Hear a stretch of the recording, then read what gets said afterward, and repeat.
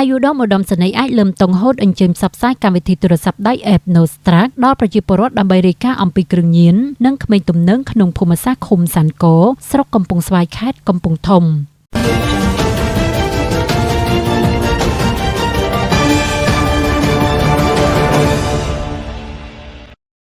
អាយុដមឧត្តមសេនីយ៍អាចលឹមតុងហូតប្រធាននាយកដ្ឋានផ្សព្វផ្សាយអប់រំនិងទំនាក់ទំនងសាធារណៈនៃអគ្គលេខាធិការដ្ឋានអាជ្ញាធរជាតិប្រយុទ្ធប្រឆាំងគ្រឿងញៀននិងជាប្រធានអនុគណៈកម្មការជំរុញនិងបង្កើតមាតិកាគណៈកម្មការគ្រប់គ្រងកម្មវិធីទូរស័ព្ទដៃ App Nostrak ដែលបានអញ្ជើញចូលរួមជាអធិបតីភាពដ៏ខ្ពង់ខ្ពស់ក្នុងពិធីផ្សព្វផ្សាយកម្មវិធីទូរស័ព្ទដៃ App Nostrak ដល់ប្រជាពលរដ្ឋដើម្បីរាយការណ៍អំពីគ្រឿងញៀននិងក្មេងទំនើងស្ថិតក្នុងភូមិសាស្ត្រឃុំសាន់កស្រុកកំពង់ស្វាយខេត្តកំពង់ធំរសៀលថ្ងៃទី1ខែតុលាឆ្នាំ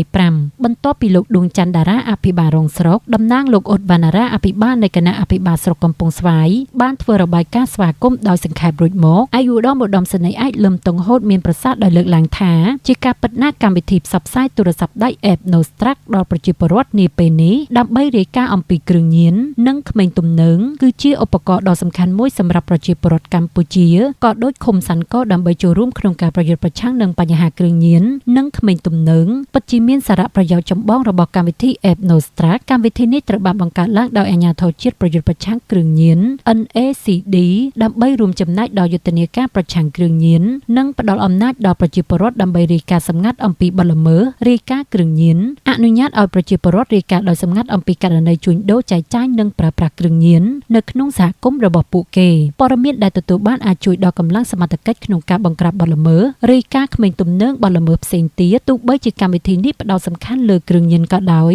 ក៏វាជាឧបករណ៍ទូទៅមួយសម្រាប់រាយការណ៍អំពីបញ្ហាសណ្ដាប់ធ្នាប់សាធារណៈដែលអាចរួមបញ្ចូលសកម្មភាពរបស់ក្មេងទំនើងឬករណីដែលទាក់ទងនឹងសន្តិសុខផ្សេងៗនៅក្នុងសហគមន៍ការសម្ងាត់និងសុវត្ថិភាពការរាយការណ៍តាមរយៈ App នឹងផ្ដល់នូវឯកជននិងសុវត្ថិភាពសម្រាប់អ្នករាយការណ៍ព្រោះមិនចាំបាច់បង្ហាញអត្តសញ្ញាណដោយផ្ទាល់ទេអាយុដមឧត្តមសេនីយ៍អាចលឹមតុងហូតបន្តថាការអប់រំនិងការយល់ដឹងព័ត៌មានអប់រំកម្មវិធីនេះដើរតួជាឃ្លាំងផ្ទុកព័ត៌មានដែលមានមេរៀនធនធានវីដេអូនិងអត្ថបទនានាអំពីគ្រោះថ្នាក់នៃគ្រឿងញៀនបង្កើនការយល់ដឹងវាជួយដល់ប្រជាពលរដ្ឋជាពិសេសយុវជនឲ្យយល់ច្បាស់អំពីផលប៉ះពាល់អវិជ្ជមាននៃគ្រឿងញៀនមកលើខ្លួនឯងគ្រួសារនិងសង្គមជាតិចលនាជាតិជំរុញឲ្យមានចលនាចូលរួមរបស់សង្គមទាំងមូលក្រោមគោលការណ៍3កុំ1រាយការណ៍កុំពាក់ព័ន្ធកុំអន្តរាគមន៍កុំអត់ឱននិងរាយការណ៍ព្រមទាំងគាំទ្រកិច្ចខិតខំប្រឹងប្រែងរបស់រាជរដ្ឋាភិបាល Digital រូបនីយកម្មវាបង្ហាញពីការបដិញ្ញាចិត្តរបស់រាជរដ្ឋាភិបាលក្នុងការប្រើប្រាស់បច្ចេកវិទ្យា Digital ដើម្បីប្រយុទ្ធប្រឆាំងនឹងបញ្ហា